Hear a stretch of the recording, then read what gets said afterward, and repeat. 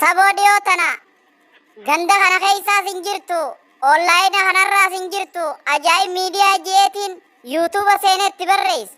Kanuma duraanii malee hin jiru. Tiktook seenetti barreessa. Kanuma duraanii malee hin jiru. Eessa baddee saboo?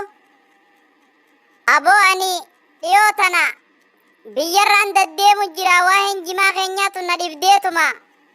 Dhiiroo maal ta'e jimaan keenya kun biitii ollaa keenyaatu noo maaliif bitachuu dhabde?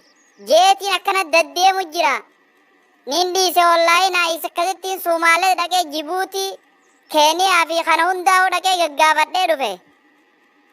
Aboo baasuma qabdammoo sa maal himtasa? Anu iktaar tokko dhaabeetiin meeree naa lalisee inni bitamuu dinnaan haramee buqqise. Keetiin barbaadee mataa isaa baqeessa haqamaatii dhiise. Galatoom. Hay bargaan hin dhiifne qamaatii. Ajaa'ib dhiifte jaanius kan kijibini. Maa kijibdaami? Uleen sirraayis waan dhaabbattu. Lakkii boobar ammatti deebi'e. Qamaatii dhiiseetiin azuuriin na fuutee. Zarqalleeyniin dhufee funyaanin na maratee. Isfaaltiin manaamaan afaan keessa na baate. Makiinaan nacceenaan achi boodaan kee jimaa kiyyakute. Mee biyya gaafatte sanirraa Somaalee fi Jabuutii fi Keeniyaan dhaqee gaggaafadhe maaliif jimaa dhiiftan jeetiin gaafadheette. Somaaleen maal siin jette mee waa'ee jimaa keenya kana? Somaaliin akkana naan jette nuti hin qamaanu. Raabsiidha barbaannaa bitachuu hin feenu. Dinnichaa fi raafuudhaa wanni nuti nyaannu jimaan nu mirkaansaa nuti waan barbaannuu naan jaan. Boommoo gudii rabbiiti. Way ollaan kun numa dhibemmoo. Keeniyaanoo maal jetti? Isiin oomee maal dubbatti? Isiin akki jette ani jimaan bituu. Yoon jimaa barbaade ifumaa dhaabbatu. Isaanillee fedhiin isaanii midhaan faa bitatu. Ifaa fi bishaan faa nurraa gannaqatu. Samaali maal akkam barbaadan dhiiroo ollaan kun? Jibuutiin hoo maal jetti boo? Isii hoo gaafatte? Jimaa keenya kana sadakkaa qamaate? Osooniif qamaate silaa waan calliftu osoo mi'eeffatte. Haa tunifaan taa ajaa'ibaatiyu achuma dhaabi waa'ee isii tanaafa. Hii akkam jetti? Re'een nyaachifadhaaf garaabaa gaafatte. Garaabaan fe'adhaa qabdanii hii naan jette. Wallee jimaa kana hundaa irraanfate.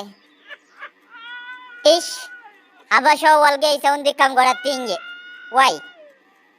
Bakka geemma bakka amma booda wanni nuti goonu warshaa isa cuunfu itti haa bitannu. Cimmaaqa jijjiirree laastikaa naashaynu gubbaan dabarsinee Awurooppaa haanaynu. Kana amma booda murtiin nuti qabnu. Khalaas.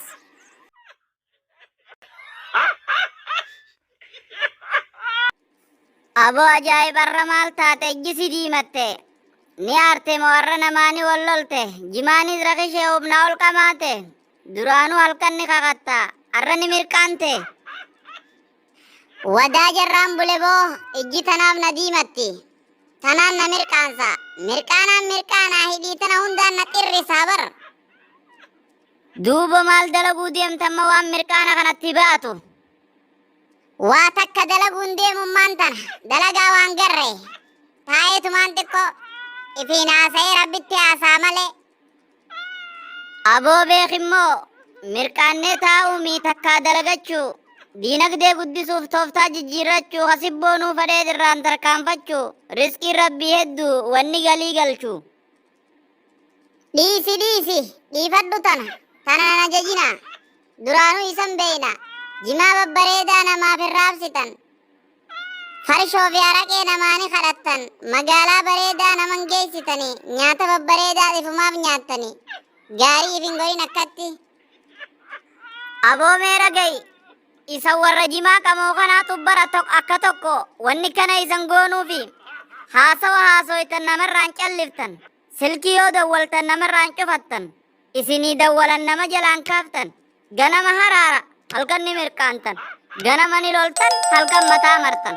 Hojii takkan qabdan biyyammoo kuffiftan. Usgaa. Udaan kee gadi yaasini. Isanii waaqoo qoodha. Isanuu guyyaa faa wakiila naannoytan. Miilayyoo dadhabdan makiina afeertan. Akka daa'imaatti galgalumaan raftan. Afaan ishoo akkattan hedduudha ajooytan. bakti darsa qamaatii barbaada olii gadi xaaruu baay'ee mirqaantanii halkan ifa baaruu hoggaa mirqaanni ija isan keeysa haru namuma qophaa'ee utaalee bararu guyyaa aduu keeysa deemtan karaa gubbaa osoo dubbii gootuu yaa'iin nama gubbaa nama hojii hin qabne antanaafin jibba hojii qabaachuutu caala kuma dhibba daddeemaa ooluutu hamtuurra si dhaaba hojii ta'a qabaadhu itti fayyadame gurba ish